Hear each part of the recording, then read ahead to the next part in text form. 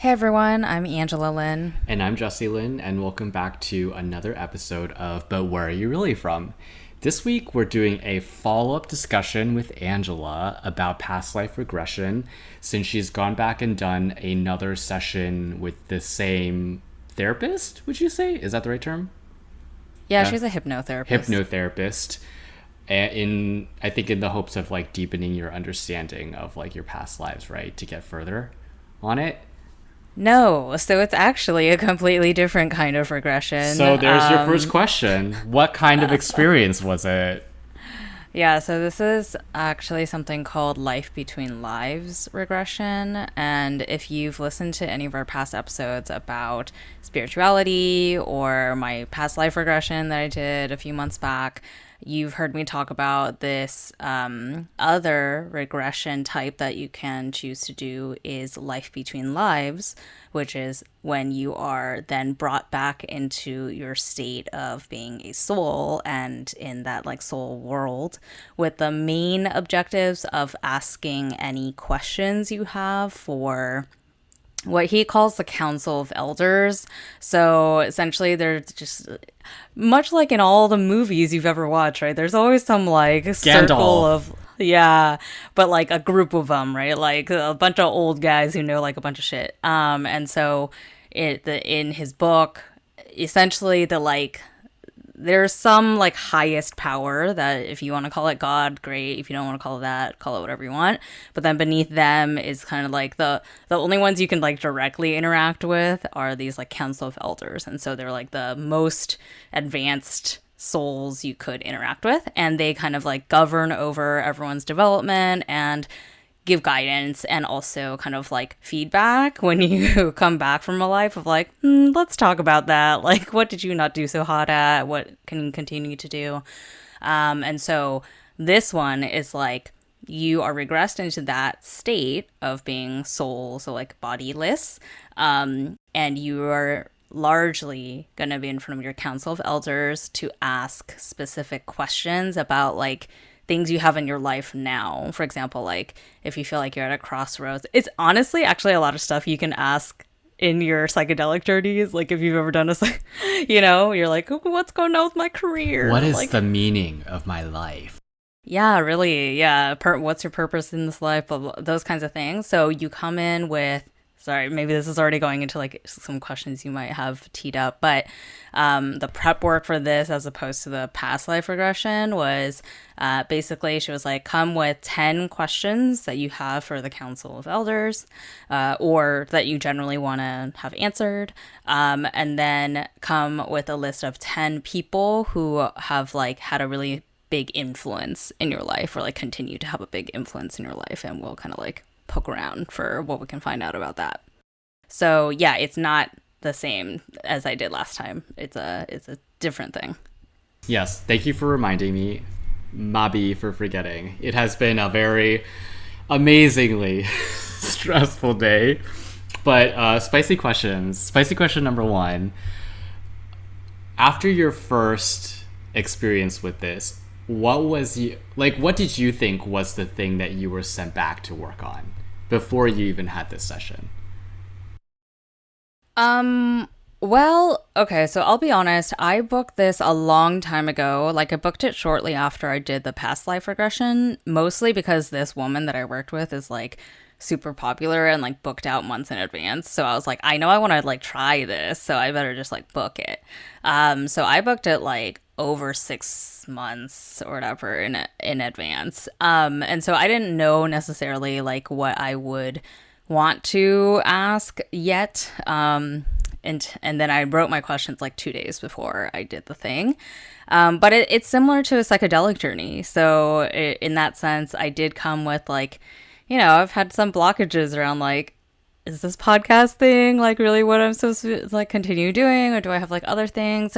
Because especially life is hard, right? You have like ups and downs. You come up with roadblocks, and you're kind of like, is this the path that I'm supposed to be on anymore, So I just had a lot of those kinds of questions, and also like, yeah, we're on the cusp of like moving into the next phase of our lives, of like our last leg of digital nomad life before settling down and all that. So it was just a lot of kind of like, am I on the right path? Are there things I should be paying attention to more, or like spending less energy on, that kind of stuff. Got it. So you, I guess for me, like when you first described it, I had this idea of like, oh, you were sent on the earth to reorient yourself around this one specific thing you had difficulty with. And what you're saying is you have kind of like more than one thing that you're trying to like figure out. Well, so we're all complex, right? So I think you probably, I don't think it's as simple as saying like the only reason you incarnated in this life was to like learn to not be greedy or whatever, right? But like maybe that has been your biggest challenge in all of your lives, is like you're obsessed with money or something, right? Doesn't mean it's the only thing you have to work on.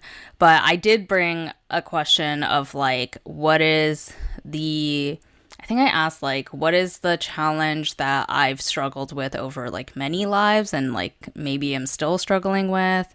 And I think I asked like, or in my set of questions, right? Because I can't remember what order these came up in the actual session, but I also had like, how am I doing and like learning my lessons that I set out for myself, and those kinds of things. So I think usually you have more than one thing you set out for in a life, but yeah, there are probably like loud lessons that like are recurring.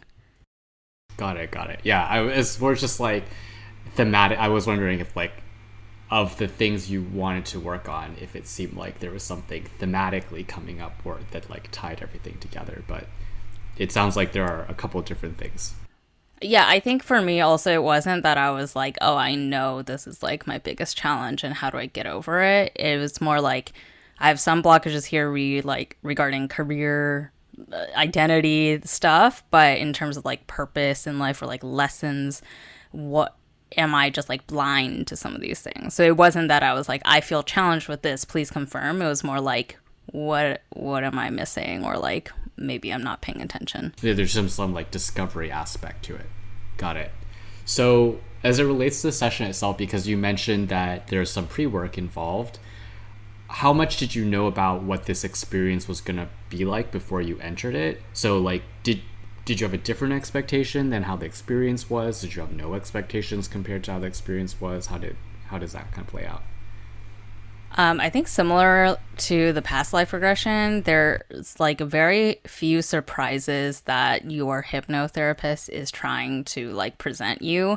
I think they always want you to be like as mentally prepared as possible. So, one of the main homework she had me do was watch an actual Life Between Lives session.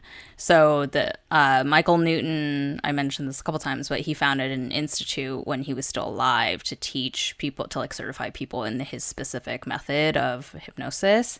And so the institute recorded one session where they like they did a session in front of like all the people kind of training so that they could see what it was like, and then they recorded it so that people can watch it on YouTube. So the homework was to watch it, and it was like a 2 hour long video, but you see like exactly what's gonna happen, and every therapist is different, right? Slightly. So like I would say the bones were the same, but like my woman's specific method of like getting me to relax wasn't exactly the words he said, right? Because they have different techniques. So it's more like he said, imagine, your favorite place, and she said imagine a meadow, like they're just like slight differences, but kind of like the structure was the same.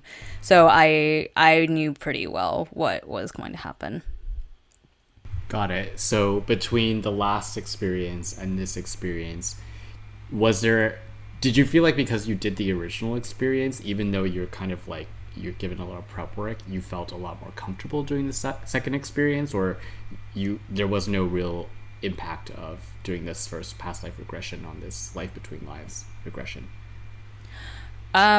I think there was an impact. I mean, it definitely is helpful to have done the first one, and it's actually a prerequisite with her at least, and I assume with most people who do this kind of work, to have done at least one past life regression, because it's easier if you like understand kind of the state that you're trying to get into, and also less shocking, I think, to you when you like are regressed into those kinds of states. But I will say that day I made a horrible mistake and I had way too much caffeine. And I drank it really early, but it was like a nitro cold brew or something at like 11 a.m. And so I was still pretty wired.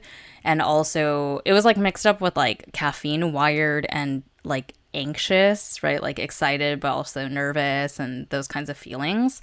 So for me, actually, the hardest part was like, it wasn't that didn't think it was going to work in terms of like her method. It was more me like trying to shut my own mind off, being like, bitch, shut up. Like, this is your fault that you drank so much caffeine. You need to chill. Because hypnosis really, at the end of the day, is just relaxation. So, like, if you can't get your body to relax, your mind and your body to relax, you can't be hypnotized. So I was like, fuck, come on. And also correct me if I'm wrong, but your original session you did in person, right? And this one was over Zoom. So was there any particular challenges around that? Yeah, mostly controlling my own environment. I think it's easier when you go in person because she has a special office that she has set up. So she had like really great acoustics, where it was like she had like really, calming background music. Yeah, she was able to like shut off all the lights. She had this like really comfy lazy boy, and then she was right next to me, so like literally all I heard was her voice. Versus here, it was hard because I'm staying with my parents right now while we're like in between Asia, spots. And so I was like, I'm going to be in this call or whatever. It's too hard to explain, but I was like, I need you to be quiet for like 3 hours. And they're like, okay, but not possible to actually be quiet. So I kept hearing like, feet shuffling, like doors closing and like blah, blah. And then I had to keep reminding myself like, that stuff doesn't matter. You need to just like focus on the thing you're actually here to do. So yeah, I think it worked a lot better than I thought it was going to, given that it's remote and Zoom, because I was really skeptical when at first, even for the past life regression, she wanted to do it over Zoom. And I was like, I haven't even met you yet. I'd rather do this in person. But now that we had met that first time, I feel rapport with her, and then it does work. It's just like, yeah, it's based on if you can control your environment well enough or not. Got it. Okay, cool. I think I've asked a lot of questions around just kind of like setting the setting of like what the session is like and just the logistics around it. Do you want to just describe the experience for us? Because I'm sure it's quite different from the past life one, right? It's like a completely different kind of thing. You're experiencing different entities that are not a story of your own. Yeah, and if 15 minutes in or whatever, by the time we edit this, you have not like been turned off by the woo-woo spiritualness of all of this, it's only gonna get like even deeper. So if this is not your cup of tea, just like shut this shit off because you're not gonna enjoy this episode. Get in, loser. We're going woo shopping. That's right. Okay, so the first, and again, because I had my eye mask on, so I don't actually know how much time was passing, but just based on kind of like sense, it felt like the first 30 to 45 minutes, still similar to the past life regression, was just getting me relaxed enough. So it was a lot of kind of like visualizations similar to past life of like, yeah, her thing that she was doing was like, imagine you're in like this beautiful meadow and like you're under the trees, you feel the warm sun, typical things to get you to like just relax, and then like go deeper and deeper with each visualization. But then the structure gets a little wild if you are not, if you haven't read the book and you don't know what to expect. She explains all this before you start doing it, but like still it happens. So eventually the first step is you start regressing in age. So then you start visualizing that you are a younger self. Oh. So like you're Benjamin going, Button. Yeah, you're Brad Pitt. There's like a staircase and set of steps, and with each like step you're kind of regressing 1 year, and then and getting like more and more relaxed is kind of how she frames it. I'm very curious though, is the staircase going up or down? Down. Okay. Yeah. And so then the first stop she had me made was 12 years old, and then she was like, you're going to be able to go into a memory like very easily at 12 years old. What do you see? And at first I was like, man, am I still caffeinated up here? Because I'm not sure this is coming as easily as like I think it should. But eventually I did have a memory come up. And I don't think that's the part. We can just, I'm going through the structure, right? So, okay, 12 years old. And then go through that memory, great. And then she's like, okay, back to the stairs. And then the next stop is, she said, somewhere between like 5 to 6 years old. And what memory do you have there? And then once you experience that, then she's like, okay, back to the staircase. This is where it's getting wild. Then you like at the, I think she said, once you hit the last step, you're going to regress into the womb. So like you're going to be like in your mother's womb. And actually this sounds like kind of crazy, right? But all of this sounds kind of crazy if you're like not that open-minded about the spiritual stuff. But if you remember, if all y'all who watch Bling Empire remember this, the first season of Bling Empire, the last episode, because Kevin's story arc from the first season was about finding his birth parents, and he did a hypnosis, and it wasn't even past life regression, it was just like normal hypnosis, and they regressed him to the womb, and he could feel that his mother didn't want to have him, and it would like helped him with his trauma. So anyways, I'm just throwing that out there, that this womb regression thing is like not just for past life and soul discovery type stuff, because even they did that in like normal hypnosis or whatever. So yeah, anyway, so then it's the womb, and then you kind of like explore any feelings and whatever that you have there, and then from there you go through a tunnel. You imagine that you're going through a tunnel, and once you reach the end of that tunnel, you come out into the last life you had and the death scene of that life. Because so it's not the same as the past life regression where you're kind of like poking around in that past life and trying to like learn things about that past life. This death scene is actually just your vehicle to get into the spirit world, the soul world, because when you leave your body, that is when you like go back to the soul world. So she had me visualize like my last life, that last significant life, and then that death scene. Oh, interesting. So you kind of have to go like backwards to go forwards in a sense. Yeah. Yeah. Okay. Because theoretically, like the last time I was in the soul world was before this life, right? Because I'm currently incarnating in this one. So the only way to like get into that state is to go back into the last time I was in it. Okay, so now I'm really interested about, because like, does that mean your interaction with your soul council, was it? Does that mean your interaction with your soul council occurs at a different point in time, or it is still present? This is where I'm like, ooh, like, is this like a thing where it's like it happened before? Because, you know, where everything is in time, technically. Well, this is one of those where you have to just really embrace that time is relative and that it's all happening at the same time. Because if you think of it too hard linearly, then you're like, this doesn't make sense. Because it's not in past in terms of when I'm talking to the Council of Elders, like now. So, but yes, I'm like going back linearly into a past life, into the last time I was in my soul state in order to enter the soul world. But then once I'm there, any questions and encounters I have are as like my present self and present like mental state. Okay, very interesting. In your interaction with your soul council, what would you say are... I'm actually just very curious. What is like, is there a visual of the environment? Like, what does everyone look like? What did the soul council look like? Yeah, it's kind of wild because there are certain things where you're like, am I just being influenced by like what I read or like what I see in movies? And then other stuff you're just like, I don't know. This is not Well, I don't think that's invalid though. Like if you ever watch the movie Contact with Jodie Foster, she ends up on like, I don't know, she's like in fucking Mars or something, and the aliens come to her. You know, they always come to you in the form of something that you know. So it's familiar, it feels safe, you understand it.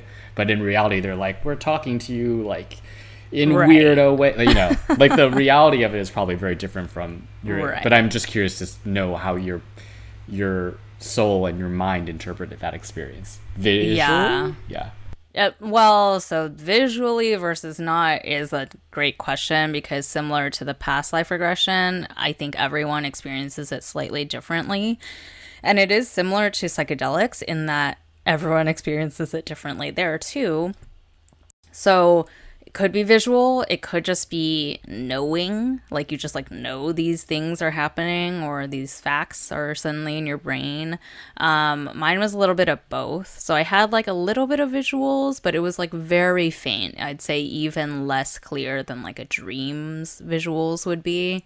But and then supported with like knowing of stuff.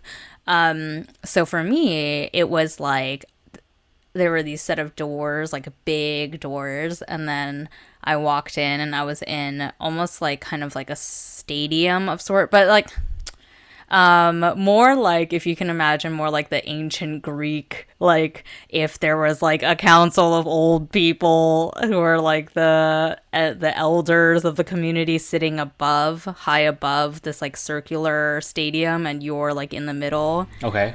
looking up to them. So that was kind of like the visual I got of like the space. And then it was interesting because my therapist, hypnotherapist, was asking like, how many elders do you see or can you sense? And I was like, I have a feeling that there's like five or six, but I can only see like three at a time. It was almost like there was like a spotlight on three, but I knew there were more. And she was like, yeah, this is what's called like presenting, of like they only three are presenting themselves. And she was like, that's actually very common for everyone in the soul world, of like even like not the elders once there, because you also have your soul group, like your peers that you kind of like reincarnate with. She was like, even they like you, not all of them present themselves at the same time. But anyway, so she's like, okay, so it sounds like three are presenting themselves to you at a time. I was like, yes. And then it kind of like funneled. Then it was like only one at a time of like whoever wanted the attention at the time. And it was interesting in terms of like visuals because they were all like quite different.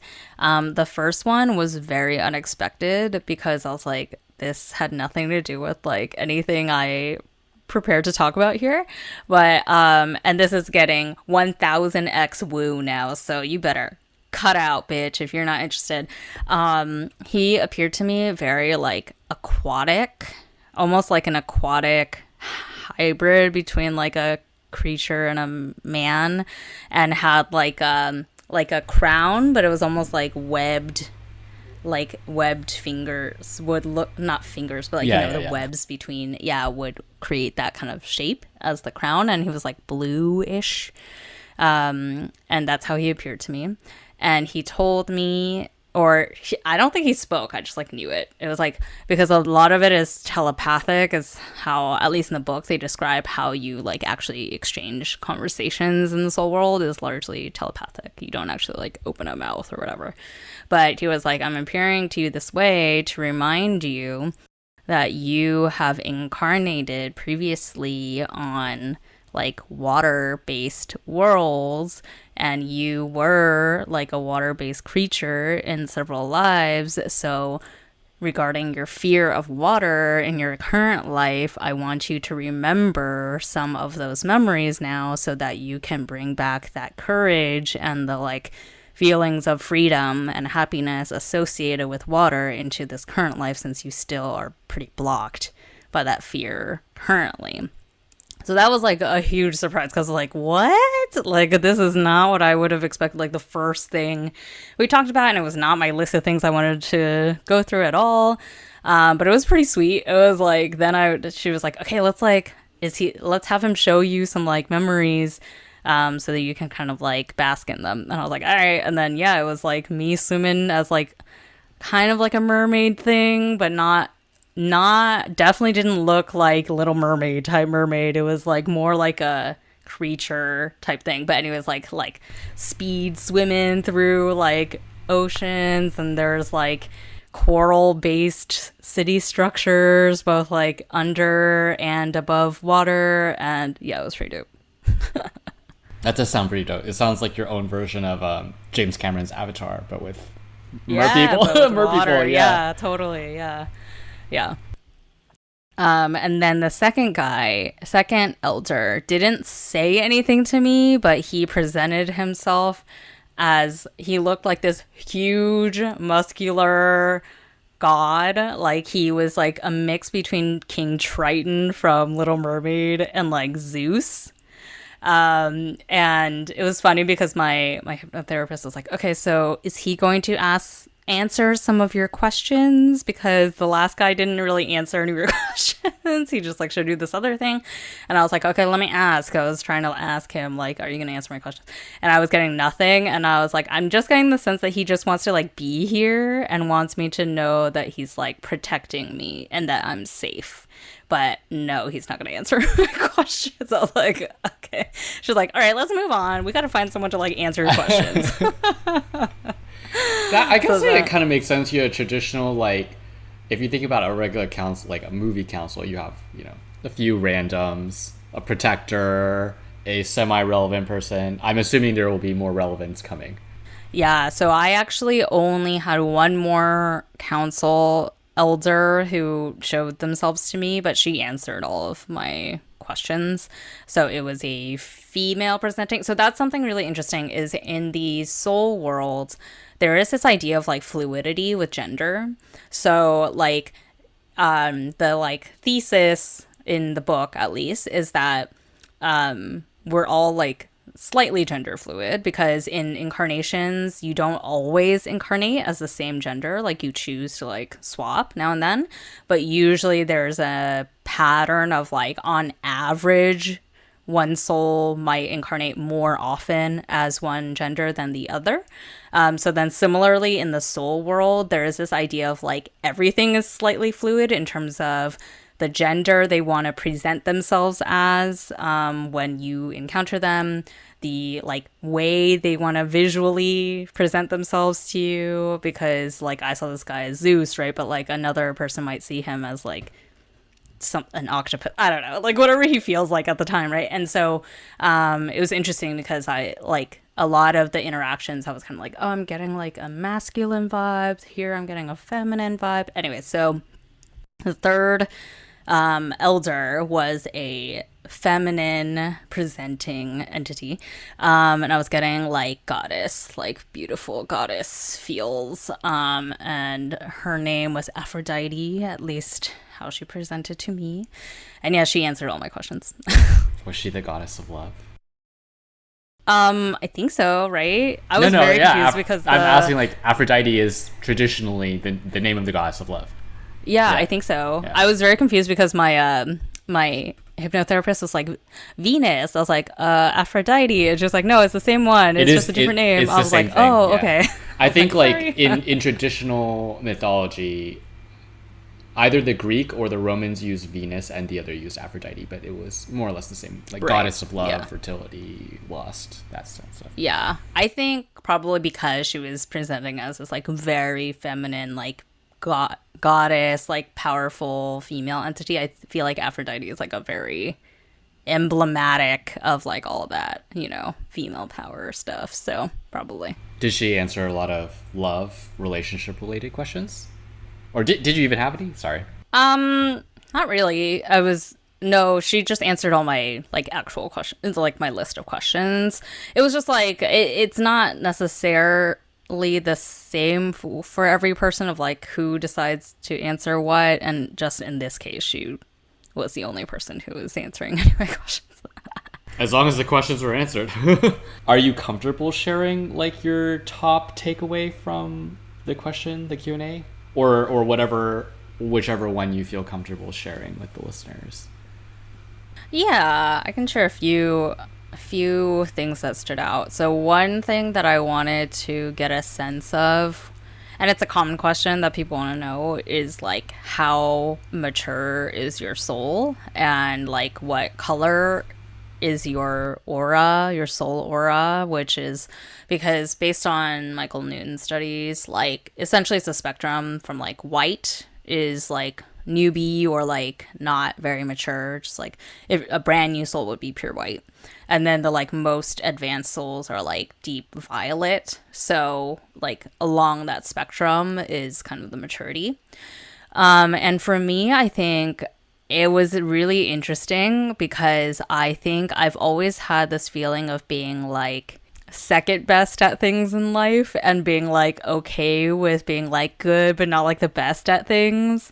And so that's kind of like my mentality with most things. So then when I first read his book and I asked myself the question of like, I wonder what like maturity my soul is at, I was kind of like just being really humble, right? I was like, I'm gonna say I'm probably on the like immature end, like white. Maybe I'm like slightly graduating into yellow, you know, like because I, especially recently, right, in the past like several years with all the like psychedelic journeys and like self growth things I've been doing. So I was like, I feel like to even care about these things, I'd have to be a little bit more than white color because most people are not like, don't care enough about improving themselves to like dedicate to self-growth and like becoming a better person, sadly. And so I was like, whatever, I'm probably more like white yellow, right? And so that was one of my big surprises, is that I'm actually a more mature soul than I thought. So I saw myself as yellow with a ring of blue. So, which means I'm like slightly graduating into like, because blue and violet are like the most mature states. So it's like I'm veering into that with this like ring. So that was really, felt really good, I would say, to hear that, because I was like, oh, I've done more things than I like thought I did. And also because then related to that, this like overarching theme that came up throughout a lot of the conversation was like me kind of underestimating myself or like not giving myself enough credit or like enough self-love or attention, and kind of like overextending my energy for others a lot, or like pretty frequently is a pattern. So it was just kind of nice to like have that be recognized of like, oh, okay, so I'm not just like making this up. I am like, I mean, compared to like your average soul or person or whatever, I do veer a little bit more this way. So that was definitely one of my like biggest takeaways. Nice. So remind me again, when you're like a fully mature soul, do you still go through this reincarnation process, or are you like more or less complete in a sense? Based on his book, there are a couple theories. So like, I think a lot of the underlying theme is like much like human existence. A lot is your choice. Like there's still like freedom of decision making in your soul state as well. So he mentioned like when you're advanced, you could keep incarnating, because there are people or figures historically, right, that you're like, you have got to be like a god on earth essentially, right? Like Mother Teresa, or like Jesus was a real person, you know, like these types of people who like, and Buddhas, all the Buddhas were like real people. And so if you could keep incarnating even though you've kind of learned all the lessons, but you're then there to kind of like serve other people essentially, to help other people. Or you can stop incarnating and then you're only in the soul world. And then there are like other things you could be doing, because I think I talked about guides, like our soul guides. So that's a big path that a lot of advanced souls take, is then you are not the one who's like learning these lessons. You are now teaching or like guiding other souls through their lessons. So then you could become a guide. And then eventually, I assume, like Council of Elders, but that would be like really far, because that's essentially like second to whatever this god-like, you know, oneness is, with the ultimate goal, full woo, right? So of like, theoretically, once everyone's done incarnating forever and learning everything, you just kind of like coalesce with this oneness, and you just like, you are part of the one. Well, I mean, like, that's very, well, I don't, you know, that's very much like the ending of The Good Place, right? They're all in heaven, and eventually they're just like, you know, I'm just ready to just dissipate into nothing. I'm good. Yeah, there's a lot. It's really interesting once you kind of like ponder over all these very different like spiritual and religious based back like religious backed theories about what happens when you die, right? Because the Good Place one is kind of a mix of like they brought in some Buddhist mentality into that, and then also that was just also the idea of like going back to being stardust, right? Which is like a scientifically kind of backed theory of like that's where we all came from initially, right? But then like, and I'm no Christian, so someone can correct me if I'm wrong, but like in theory, right, when you go to heaven, the main reason is so that you can reunite with God and you can like become, I don't know if it's become one with God, but like basically like go back to God, right? Like that's go back to being with God. And so when I first read in the book about this, like the ultimate state being like you then like go back to being part of the oneness, I was like, oh, I could see this like translating into what heaven The and parallels. God and all that. Yeah.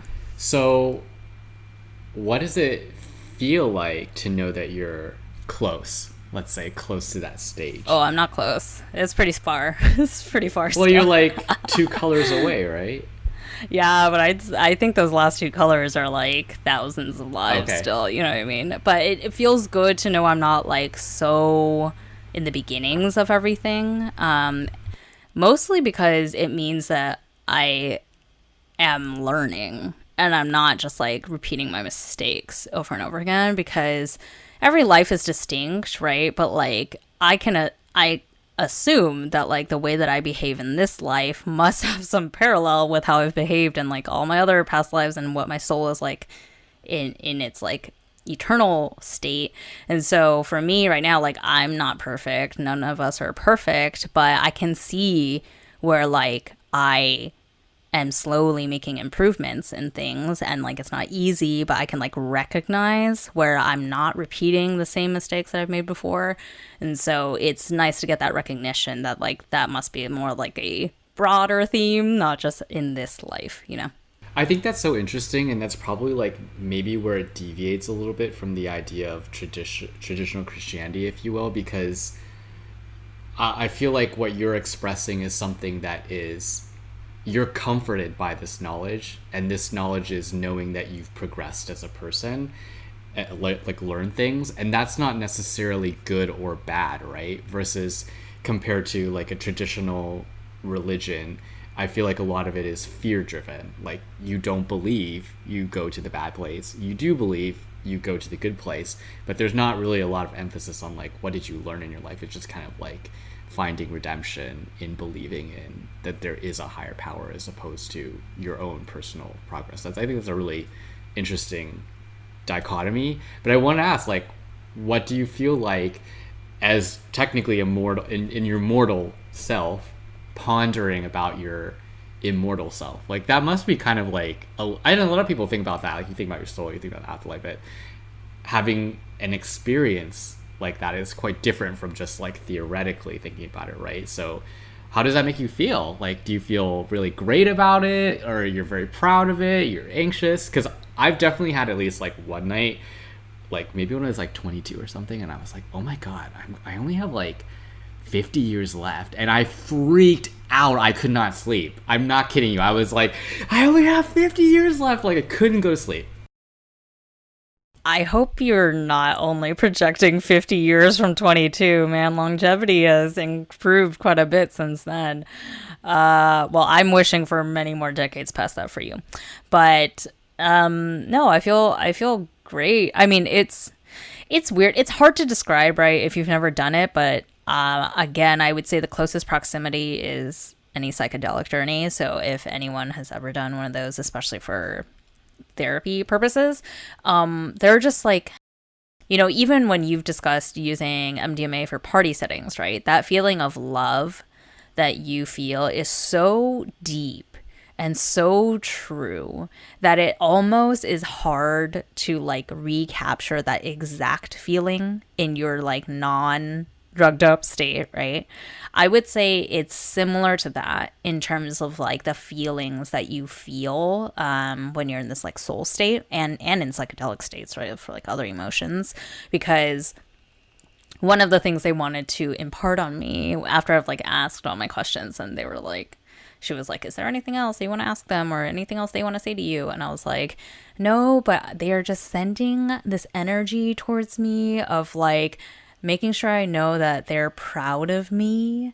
And that like that feeling of like them being proud of me was just this like the deepest feeling of acknowledgement and like being seen. And it was really interesting because one of the things I didn't like write it down in my questions, but I like knew coming in was probably going to come up, is something we've talked about a lot. I care a lot about what people think, right? And like it's something I keep struggling with, especially with more of our stuff being super social media based and like everyone on the internet getting to say whatever they want about me and us, right? And so when they were sending those feelings of like, we're proud of you, it was like, I knew in that moment that this is the feeling I'm actually chasing for when I'm seeking the approval of other people, but I will never achieve this same feeling from those outside external forces, because all of that I'm seeking of like people being, you know, impressed with our content, or like back when I was in corporate, like being seen so much that I get promoted or like whatever, right? All those things are superficial because it's based on things I do as opposed to who I am. And the feeling of like being proud of me, they wanted it to be clear that it was like they are just proud of who I am as a like person, as a soul. And that is the most important thing, that like that has so much value. So and that feeling, I cannot, like, even when I try to think about it now, I'm like, I remember it feeling so good, but I could not possibly recreate that feeling in my like head or my heart right now. Wow, that is super interesting. Ugh, I want to feel really good like that. Well, you could. Would we like to move on to the fortune cookie close? All right. Well, listeners, we're going to shift on over to the fortune cookie close because we always like to end on a sweet treat. And I think in the same vein as learning and self-improvement, is there something that you're going to take from this session and apply to your real life? It could be the feeling that you're talking about. It could be something like specific, strategic, like pinpoint thing you learned. I'm just interested in learning like what you took from that session that you might want to apply to how you go about your daily life now. I think two things. One is, so I mentioned that they kind of re-emphasized over and over that I like don't give myself enough, or I overextend a lot. So I think a big one is trying to be more mindful when I feel like, oh, I don't really need to do this for me, or like, oh, that seems excessive for you to like do that for you.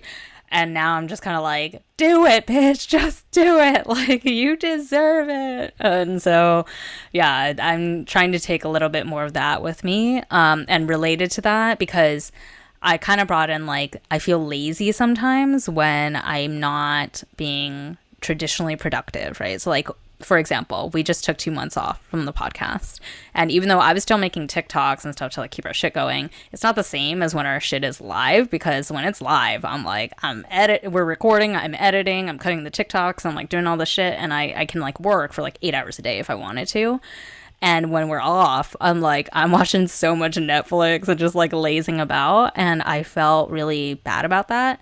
And so a guidance piece that they kind of gave me too was like, don't feel bad about like taking, you know, not being like productive in the way that you think, but you should direct a lot of that Netflixing time towards more like active activities, of, even if it's meditation, which is not like active, right? But like meditation, exercise. And they reminded me of like, you know, there's a reason why you were such a crazy like CrossFit person and like boxing and all that stuff, is because you get energized from those kinds of activities. So like, not to say you need to repeat those specific things, but like exercise, as opposed to just like sitting on the couch part, will give you more energy and still be a way to like give to yourself, more so than the way you're currently doing it now. So awesome. Well, that sounds great. I mean, you got a great feeling out of it, and you got very tangible like to-dos out of it. So I think all in all, good use of 3 hours. Yes, 2.5. Oh. Because I'm very productive, as I was in the past life one. I ended early, and you were in my soul group, as I always knew you were going to be, because I kind of saw you in the past life in the last one damn. anyway. I was gonna be like, was I the really muscly guy? No, you're not a council member. No, Sorry. because we didn't talk about it. But after the council, then we moved to my soul group, so the peers that are also like. Oh, I was gonna ask if I was. I was gonna ask if I was in that. Yeah, I was. You were there. Oh my god, my leg is cramping. I'm sorry. Oh boy. Well, Angela, thank you for sharing your life between lives regression journey with us. Listeners, if you have any questions for Angela, if you've partaken in this kind of regression hypnotherapy before, please, we'd love to hear from you. Feel free to email us at telluswhereyou'refrom@gmail.com or reach out to us on Instagram or TikTok. Or YouTube, because you post that here, or you're probably already watching it here. And actually, sorry, I am gonna shift this because I think realistically y'all don't email us. So yeah, just drop us a comment. Unless you have like a legit story you want to share and maybe you want us to read or whatever, then email us. But otherwise, just drop comments in wherever you're watching this now, and we read all of those and we respond. So let us know. All right. And as always, come back next week for a fresh new episode. And until then, 再见, bitches.